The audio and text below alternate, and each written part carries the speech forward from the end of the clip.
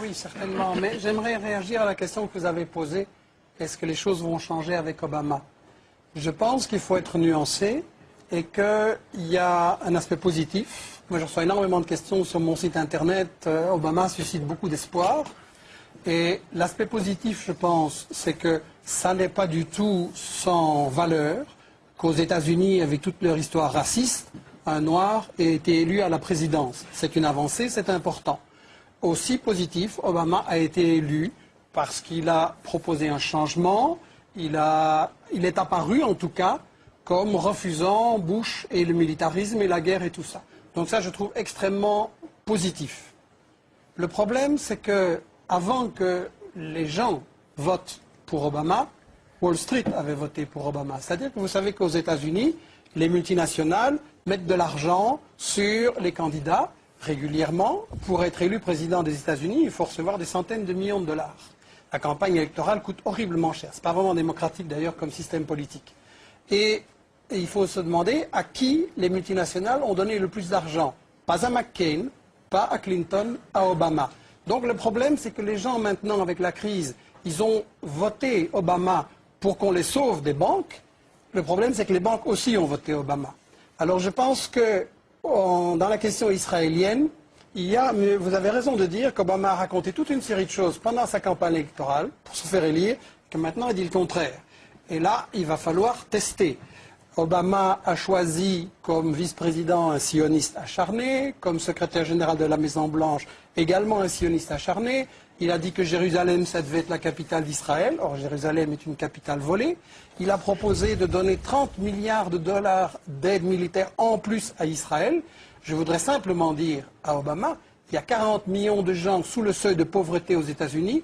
Est-ce que ces milliards de dollars ne seraient pas mieux utilisés là?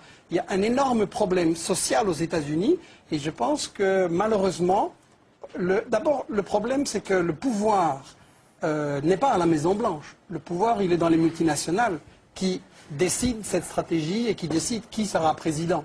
Et je crois sincèrement qu'on va avoir... Ils ont maintenant, comme je l'ai dit au début et comme M. Baird l'a souligné, ils ont un grand problème. C'est que la méthode Bush, on passe en force, on fait la guerre à tout le monde, ça a échoué. Ça n'a provoqué que de plus en plus d'indignation et de résistance dans le monde. En plus, les États-Unis sont une puissance économiquement en faillite.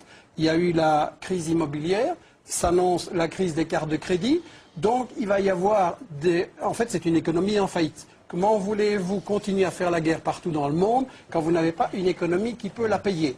Donc, maintenant, ils sont vraiment dans un désarroi à hésiter entre les tactiques, on va jusqu'au bout, on fait la guerre à fond et en avant, ou des tactiques plus intelligentes, comme on a entendu cette version-là, pour essayer de maintenir la domination des États-Unis sur le monde.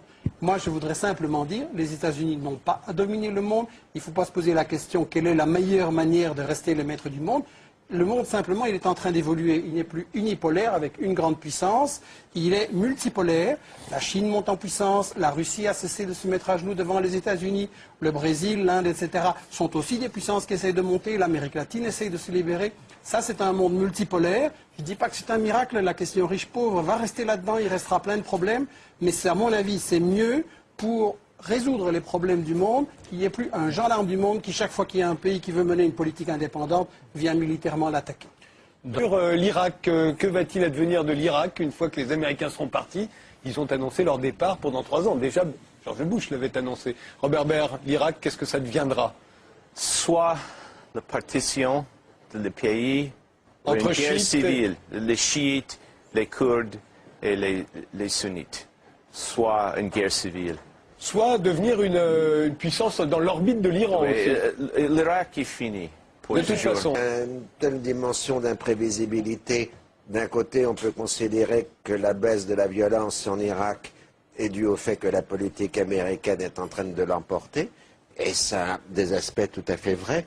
De l'autre côté, on peut dire que les acteurs réels de la scène irakienne se mettent en position en attendant que les Américains s'en aillent pour se confronter dans la bataille définitive. Ce qui est quand même marquant dans l'histoire longue de l'Irak au XXe siècle, c'est qu'il a existé des forces centralisatrices qui ont imposé au reste du pays leur domination. Et apparemment, quand même, il est en train de se reconstituer maintenant une force centralisatrice en Irak. Alors, probablement les Kurdes en seront victimes à moyen terme, surtout que les voisins turcs et iraniens ne demandent que ça, c'est qu'on arrête l'autonomie kurde. Et on peut penser aussi qu'un pouvoir chiite, mais relativement indépendant de l'Iran, peut se mettre en place en Irak. Avec, je pense, dans les prochaines années, l'avènement, mais là ce n'est qu'un pronostic géopolitique d'un Kurdistan non plus seulement autonome, mais indépendant. Avec sans aucun doute des heurts extrêmement graves et violents qui ont déjà commencé d'ailleurs, avec la Turquie, mais également l'Iran, surtout la Turquie. Mais je pense qu'on néglige la puissance revendicatrice et nationaliste des Kurdes, qui sont plusieurs millions en Irak, qui sont une trentaine de millions dans le monde entier, étalés sur 5 pays différents. Et je pense réellement qu'on verra l'avènement de cette indépendance kurde. Michel Collomb, sur l'Irak elle-même Écoutez, quand je suis allé, au moment où Bush a commencé à menacer l'Irak en 2002, j'ai présidé une mission internationale qui a séjourné en Irak pendant 2 semaines. Tout le monde sentait que la guerre allait arriver. Et j'ai eu l'occasion de discuter avec beaucoup de gens, aussi bien des gens pour Saddam Hussein, parce que c'était une partie importante de la population, que des gens qui étaient contre lui. Et des deux côtés, on m'a dit, les Américains, puisqu'ils disent les Américains pour désigner les États-Unis, les Américains, ils peuvent entrer, mais ils ne sauront jamais comment sortir. Et je pense que ça illustre qu'en réalité, les problèmes, on a posé ce soir, on a beaucoup discuté sur beaucoup de problèmes tactiques et stratégiques, qu'est-ce qu'il faut faire. On a chanté les louanges d'Israël. J'aurais aimé qu'un Palestinien puisse venir apporter, rétablir la vérité historique par rapport à tout ça. Mais je pense qu'on reste toujours, on essaye de cacher qu'il s'agit de guerre économique. On nous dit, ah, c'est pour la démocratie, c'est contre les armes de destruction massive, etc. Je regrette. Mais la démocratie, quand vous tomber sur un gouvernement élu démocratiquement, mais qui ne se met pas à genoux devant les États-Unis et devant Israël, qu'est-ce que vous faites? Vous le renversez et même vous l'assassinez. Vous l'avez fait au Congo en assassinant Lumumba, en remplaçant par Mobutu. Les États-Unis, etc.